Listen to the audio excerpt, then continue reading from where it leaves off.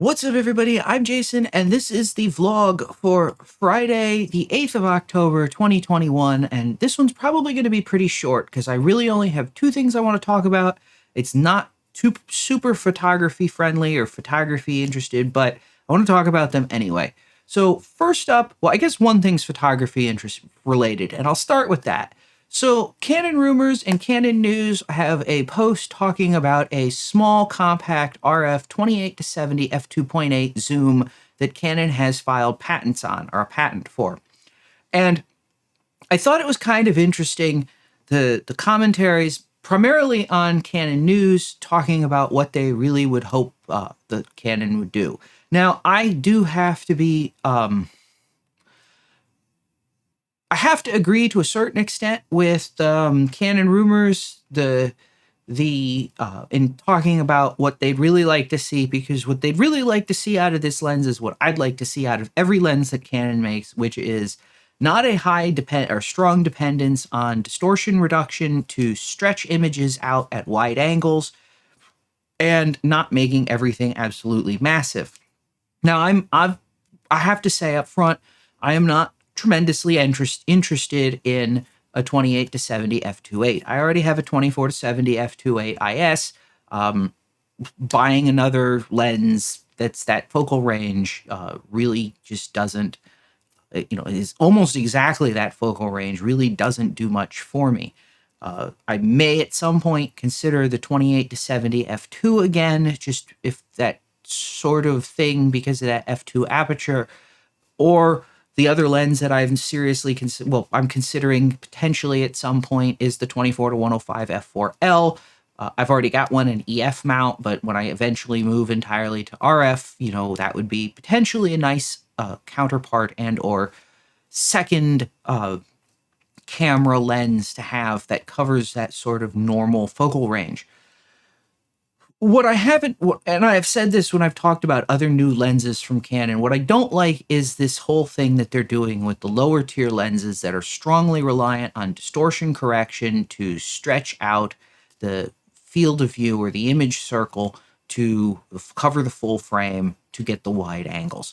So this is completely knocked, I'm completely ruined my interest in, not that I was that interested in it in the first place, but the consumer level RF zooms, and it has been something that has, as a result of that, has been kind of a point of me that I'm kind of not really pushing those.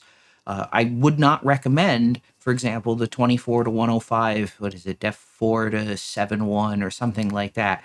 I just wouldn't recommend it because of that distortion, the requirement for distortion correction at wide angles. Now, again, I have nothing against distortion correction when it's just correcting distortion.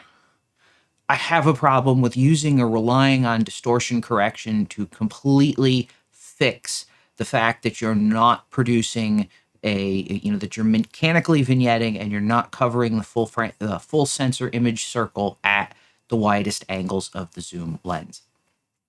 But I had, so yeah, I'm not gonna say, I don't think that's a good move. I'd like to see Canon go back to actually having lenses that cover. Now, I do understand that it's all a trade-off. This is all, it's engineering. It's all a trade-off. So that the trade-off here is obviously that by having the image circle smaller than the frame size, full frame sensor size, at the widest focal lengths, they can get a smaller lens in the smaller package, and that appears to be something that's desirable for people. I'm not going to say that's right or wrong. I'm not going to say you should or shouldn't want that.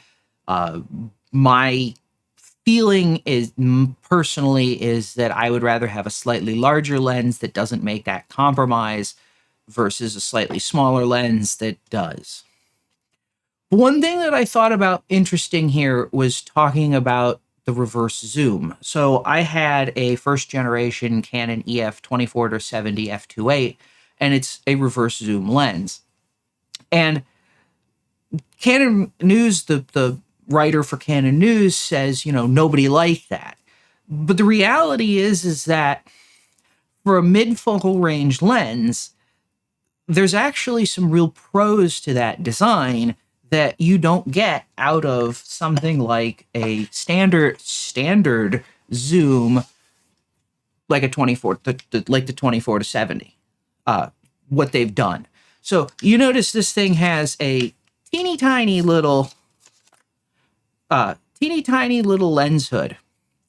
Does not provide a tremendous amount of shading to the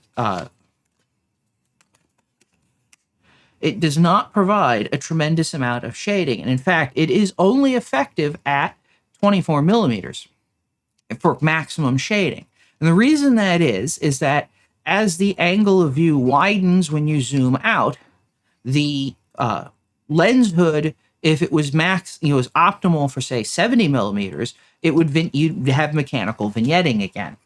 So what the reverse zoom system that Canon did with the original 28 to 70 f2.8 and the the EF 28 to 70 f2.8 and the original 28 to 70 or 24 to 70 f2.8, both EF lenses, was at 70 millimeters, you had the lens that was physically the shortest, and the lens hood, which was huge, which I guess that's something people didn't like. I'm not really sure. Like I said, the huge lens hood provided maximum shading for the 70 millimeter lens or angle of view.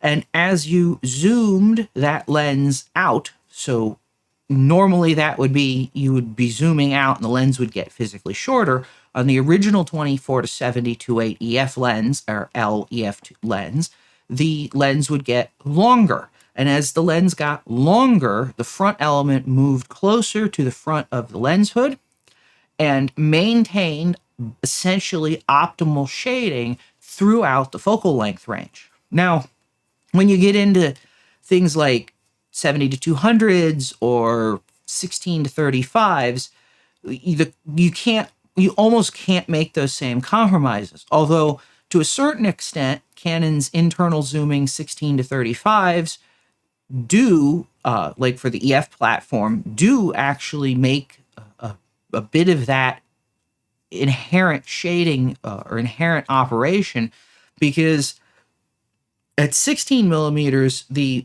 front element is all the way to the front of the lens. Even though the barrel isn't extending, the internal zoom mechanism pushes the front element all the way to the front of the lens.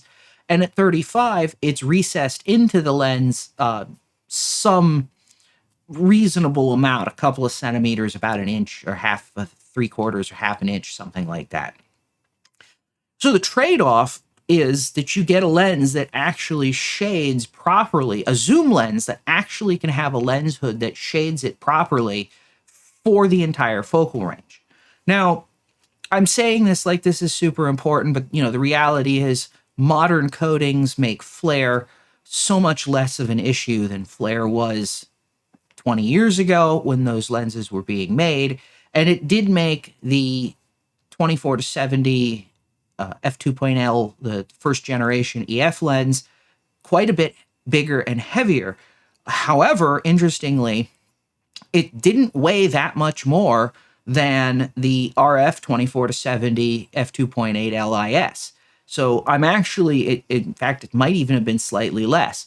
And as a sort of overall picture on that, I'm actually carrying around a lens now that weighs almost as much or as much as the lens that I got rid of as soon as the second generation 24 to 70 2.8L came out on the EF platform, because it was too big and heavy. And the only reason it's not so too big and heavy, in my opinion, on the RF platform comes down to the simple fact that the cameras are lighter. So lighter camera, heavier lens, lighter overall package, and it works out.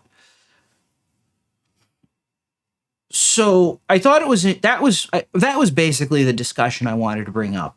I thought it was very interesting, and I continue to find it to be very interesting, the way photographers will prefer something, or no one liked something that has benefits.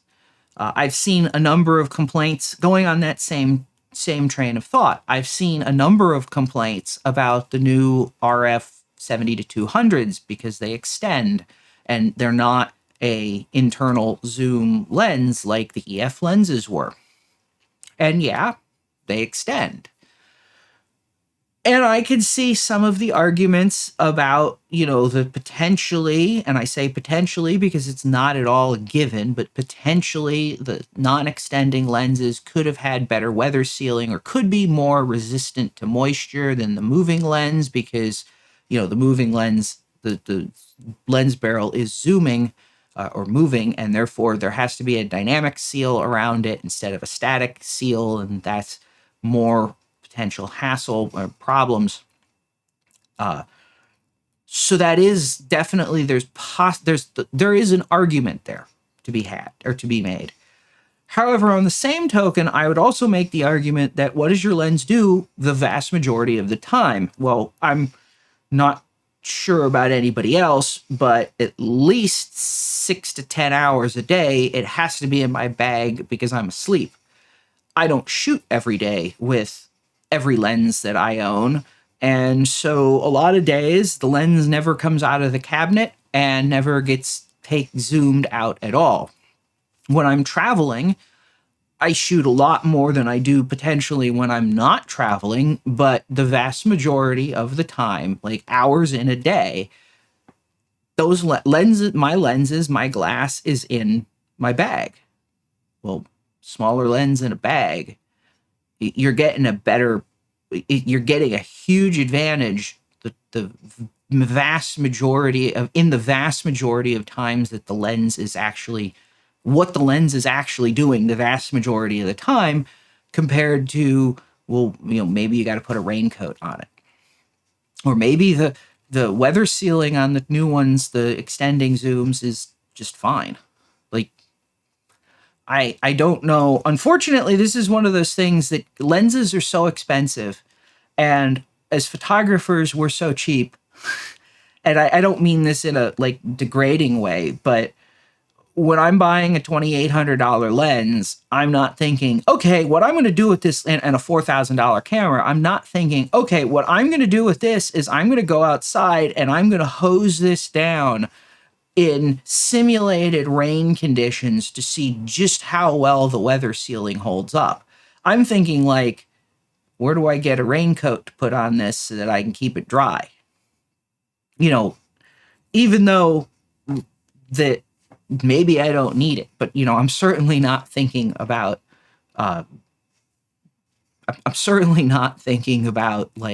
to soak a lens down to test how good the weather sealing is.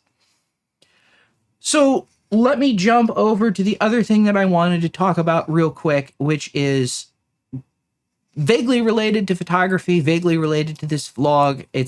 So I've said in, I think, the video last week that I was starting to shoot using a teleprompter more because some of the content that I was getting into, I felt more comfortable having a script that I could essentially read and present and make sure I had everything I wanted to say and the facts and everything straight before I got in front of the camera and started presenting. I don't have any, I find that I vacillate. I go back and forth on this. Sometimes I really like having a script. Sometimes I really don't want a script. I just want to do work extemporaneously. And so I try to put notes together. And for this vlog, I'm running completely extemporaneously. I don't have any notes. I just have everything in my head, which probably is an indication that I'm getting a little bit better at this because not that long ago, I couldn't do what I'm doing right now without stuttering basically the entire duration of the recording. So anyway, I've been running a teleprompter, and the software that I've been using is an iOS program called Prompt Smart Lite. As far as I can tell, they have a paid version or a full version. It lets you have more scripts. As far as I can tell, the full version doesn't actually do any of the, it has more options, but it doesn't do anything I need any better than the light version. So I use the light version. The thing that drew me to PromptSmart Lite is the fact, or PromptSmart, their software, is the fact that it does voice recognition for controlling a teleprompter. Now, there's a reason that if you go to any kind of broadcast studio type situation and they're using a teleprompter, there is a prompter operator. And he sits there with a little scroll wheel and he manually advances the teleprompter as the on-air talent is reading their lines. And the reason is that doing it automatically kind of sucks. So you basically, with software options, have sort of two choices. You can either pick a speaking speed or an advance rate for the text across the screen, and then you just have to keep up. And, good ones, you maybe have the ability to speed it up or slow it down or do whatever, or skip ahead half a page or something like that. But you're not really able to. It's difficult, again, as a single person doing this, especially if you don't have a control over it handy, you can't go off script. So I wrote the script and then I realized that, hey, there's something actually really important here that I just thought of that's really worth talking about in this video. And it's going to take me 30 seconds or whatever that I'm going to go off script and I'm going to talk about this thing. And then I'm going to come back to the script. If the script's just advancing, continuously, without an ability to pause that, you really can't go off script. The other thing is you can't really vary the pace at which you're speaking. So maybe you want to slow down to emphasize something or to be clearer make sure that you're coming across more clearly about something.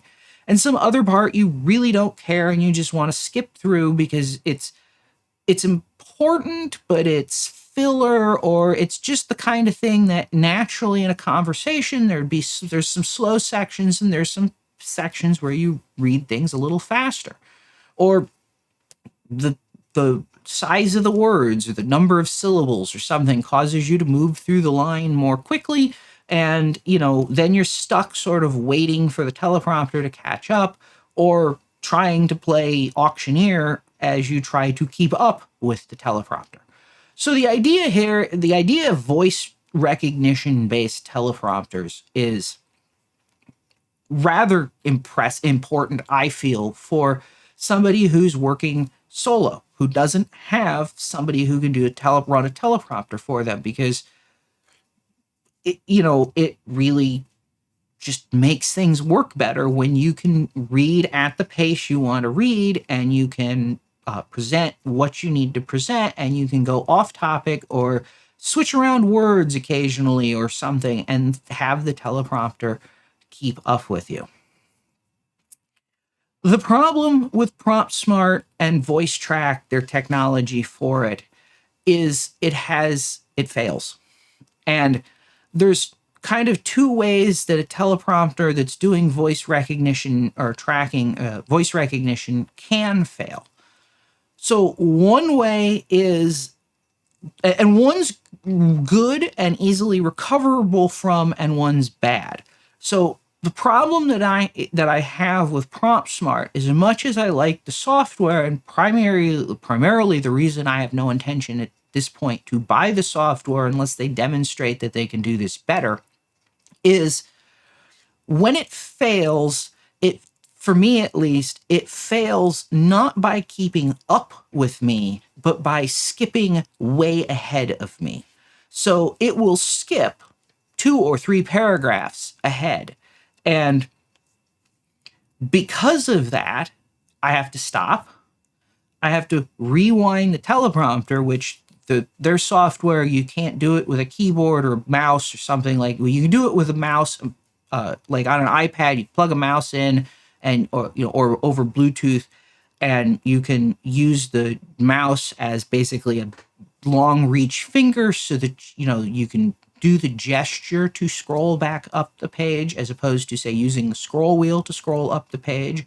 It won't respond. Like if you have a Bluetooth keyboard plugged in, you can't hit page up or the up arrow and have it scroll up. So in the vast majority of cases, if you haven't done all this, you kind of have to do one of these where you're, reaching over and touching the screen on a phone, like at my desk here, the screen's far enough, or the prompter is close enough that I've been using my phone instead of a tablet because I don't need a screen that much bigger than the phone. So I have, you have to like reach up, reset it, and then start talking again. Well, that makes a big problem in editing because, in my experience at least, it doesn't skip ahead on a break or a pause. It skips ahead in the middle of a paragraph to 3 paragraphs down the line. And you kind of like, it's really hard unless you're super practiced with the script to be able to just roll with that. So I've been looking for alternatives, and I actually found a very interesting alternative for Prompt Smart that uses Chrome and specifically Chrome's web speech recognition API. And it's JavaScript and HTML. And in fact, there's tons of tutorials on how to write your own, which is basically what I'm considering right now spending some time doing. Is I already have software running on my file server that does script processing and video file conversion. So it would not be that difficult for me to stretch that out a little bit, put another web application server up on that, and have it just where I can, any script that I upload, I can just go in, click the thing, and have it show up for me to read in a web page as a teleprompter. And of course, because it's HTML and CSS, you can do all the flipping and mirroring you want because you literally can just tell the container that to transform vertically or transform horizontally, flip, and then you can put it on glass as a proper teleprompter instead of just reading it off a monitor stuck just below the lens of the camera. Anyway, what's interesting is this technology fails too. Like, it shouldn't be surprising. Any speech recognition, as things currently stand, any speech recognition system does not appear to have 100% reliability, especially when you get into lots of acronyms and lots of numbers and lots of stuff like that. However, at least the way every one of these JavaScript speech recognition API teleprompters has been designed, they fail in a way that is easily recoverable. By that, what I mean is, instead of the thing skipping ahead 2 paragraphs, it just stops. And one of the pieces of software that I've been looking at or been using, when it stops, you could just click on the word where you are and it immediately picks up where you are. And it's not all that difficult to kind of just have a mouse cursor a couple of words or a couple of lines ahead of the middle of the screen. And if it gets lost, you can, type, mouse, you can do things, at least most people can. I have a little bit of trouble with it, but that's just me. You can continue to read the script. And I actually don't find this all that difficult, even though I do have trouble, say, typing and talking at the same time, largely because that both uses the speech center of the brain. And I know some people can do it, but I certainly can't. Practice would make that better. Anyway, back to what I was saying. So with these JavaScript things, especially the one that I've been playing with, when it can't keep up with you, when it loses you, it stops. And it's very easy to click on a word on the screen that you're looking at with a mouse or whatever and have it pick up, and you just keep going. And so I guess what my point here is, I don't know why, I'm talking about this, but it's super software related. It's not photography related. So it is what it is. But if you're doing something like, if you're a company designing a teleprompter software, you have to think about how the software is going to fail. Because if it's doing speech recognition, it's going to fail.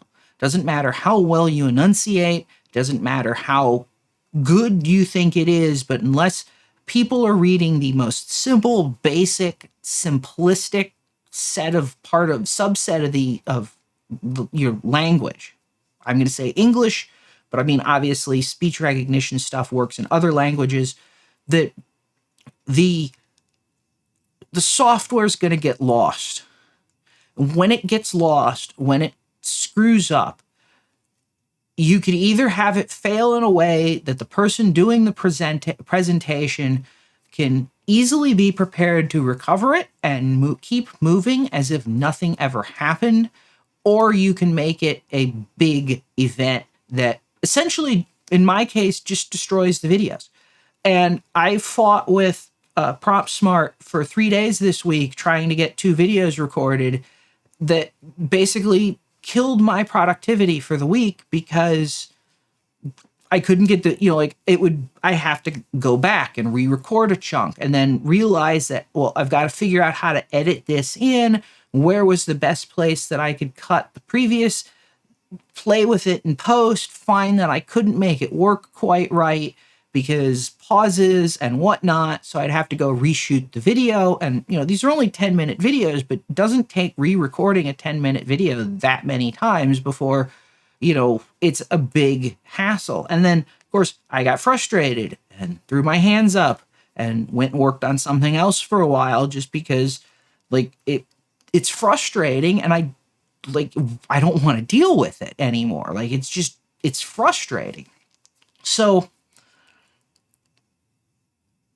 really underscored for me, this whole little thing really underscored for me, again, when I talk about the frustration for the little guy, for the solo shooter, for somebody like me, is always that there's so many things that you have to do to put together a video, to shoot a video, to do whatever, especially videos. It's far more like in the case of videos than it is in the case of anything else.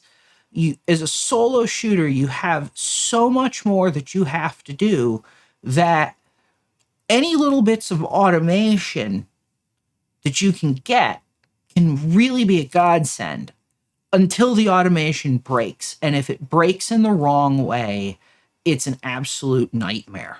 And that was the case that for these videos, for this software, for me, for the last, the better part of the start of this week.